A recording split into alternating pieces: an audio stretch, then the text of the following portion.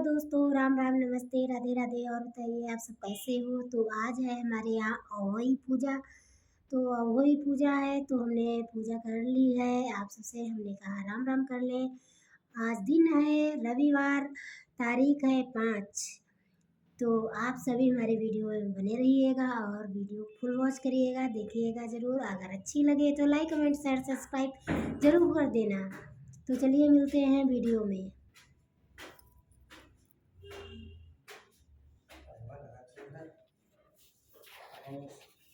और हमारे शर्मा जी कह रहे हैं ये माँ बहुत सुंदर लग रही हो।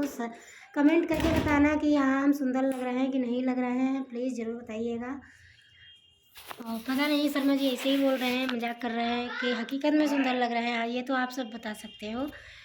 तो हमारी वीडियो स्टार्ट है, इस वीडियो में बने रहिएगा और बताइए हमारी अहोई माता की पूजा कैसी रही।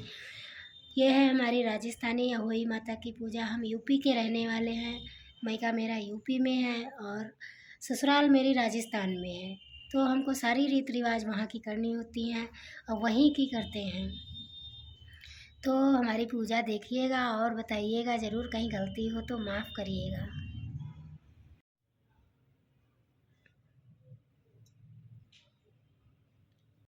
जय हो अहोई माता की, जय हो, जय हो माता। क्षमा करियो, कृपा करियो।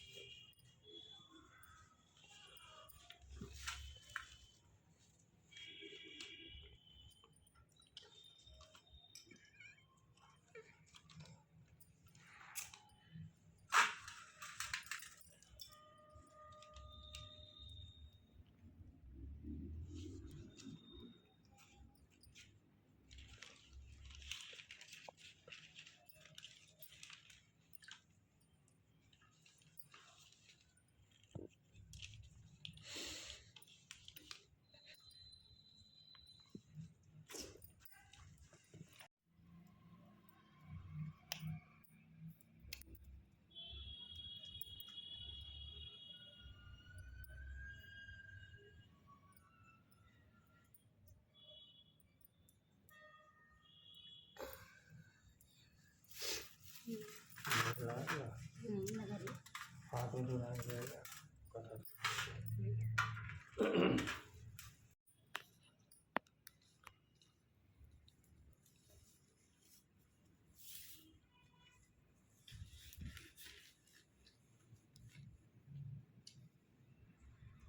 अहोई माता की जय। एक साहूकार था जिसके 7 बेटे थे, 7 बहुएं तथा एक बेटी थी। दिवाली से पहले कार्तिक बदी अष्टमी को सातों बहुएं अपनी इकलौती ननद के साथ जंगल में खदान में मिट्टी खोद रही थी। वहीं स्याऊ की मान थी। मिट्टी खोदते समय ननद के हाथ से सेई का बच्चा मर गया। स्याऊ माता बोली कि अब मैं तेरी कोख बांधूंगी। तब ननद अपनी सातों भाभियों से बोली कि तुम में से मेरे बदले कोई अपनी कोख बांध लो। सब भाभियों ने अपनी अपनी कोख बंधवाने से इनकार कर दिया, परंतु छोटी भाभी सोचने लगी कि यदि मैं कोख नहीं बांधूंगी तो सासू जी नाराज होंगी। ऐसा विचार कर ननद के बदले में छोटी भाभी ने अपनी कोख बंधवा ली। इसके बाद जब उसके जो लड़का होता तो 7 दिन बाद मर जाता है। एक दिन उसने पंडित को बुलाकर पूछा, मेरी संतान 7वें दिन क्यों मर जाती है। तब पंडित ने कहा कि तुम सुरही गाय की पूजा करो। सुरही गाय स्याऊ माता की भाईली है, वह तेरी कोख छोड़े तब तेरा बच्चा जिएगा। इसके बाद से वह बहू प्रातःकाल उठकर चुपचाप सुरही गाय के नीचे सफाई आदि कर आती। गौ माता बोली कि आजकल कौन मेरी सेवा कर रहा है, सो आज देखूंगी। गौ माता उठी, क्या देखती है कि एक साहूकार के बेटे की बहू उसके नीचे सफाई आदि कर रही है। गौ माता उससे बोली, क्या मांगती है। तब साहूकार की बहू बोली, स्याऊ माता तुम्हारी भाईली है और उसने मेरी कोख बांध रखी है, तो मेरी कोख खुलवा दो। गौ माता ने कहा, अच्छा। अब तो गौ माता समुद्र पार भावली के पास उसको लेकर चली। रास्ते में कड़ी धूप थी, सो वे दोनों एक पेड़ के नीचे बैठ गई। थोड़ी देर में एक सांप आया और उसी पेड़ पर गरुड़ पंखनी का बच्चा था। उसको डसने लगा। तब साहूकार की बहू ने सांप मारकर ढाल के नीचे दबा दिया और बच्चों को बचा लिया। थोड़ी देर में गरुड़ पंखनी आई तो वह खून पड़ा देखकर साहूकार की बहू के चोंच मारने लगी। तब साहूकारनी बोली कि मैंने तेरे बच्चों को नहीं मारा, बल्कि सांप तेरे बच्चे को डसने आया था, मैंने उससे तेरे बच्चों की रक्षा की है। ये सुनकर गरुड़ पंखनी बोली कि मांग, तू क्या मांगती? वह बोली, 7 समुंदर पार स्याऊ माता रहती है, हमें तो उसके पास पहुंचा दे। तब गरुड़ पंखनी ने दोनों को अपनी पीठ पर बिठाकर स्याऊ माता के पास पहुंचा दिया। स्याऊ माता उन्हें देखकर बोली कि आ बहन, बहुत दिनों में आई। फिर कहने लगी, बहन मेरे सिर में जूं पड़ गई है। तब सुरही के कहने पर साहूकार की बहू ने सलाई से उसकी जुएं निकाल दी। इस पर स्याऊ माता प्रसन्न हुई, बोली, तूने मेरे सिर में बहुत सलाई गेरी है, इसलिए तेरे 7 बेटे बहू होंगी। वह बोली, मेरे तो एक भी बेटा नहीं, 7 बेटे कहाँ से होंगे? स्याऊ माता बोली, वचन दिया, वचन से फिरूं तो धोबी के कुंड पर कंकरी हों। तब साहूकार की बहू बोली, मेरी कोख तो तुम्हारे पास बंद पड़ी है।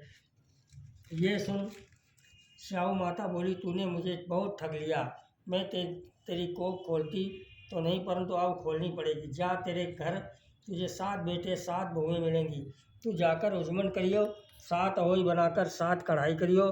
वह लौट कर घर आई तो वहाँ देखा 7 बेटे 7 बहुएं बैठे हैं। वह खुश हो गई। उसने 7 अहोई बनाई, 7 उजमन किए तथा 7 कढ़ाई की। रात्रि के समय जेठानियाँ आपस में कहने लगी, जल्दी जल्दी धो पूजा कर लो, कहीं छोटी बच्चों को याद करके रोने ना लगे।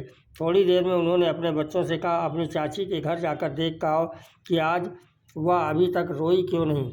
बच्चों ने जाकर कहा कि चाची तो कुछ मार रही है, खूब उजमन हो रहा है। ये सुनते ही जेठानियाँ दौड़ी दौड़ी घर आईं और जाकर कहने लगी, तूने कोख कैसे छुड़ाई?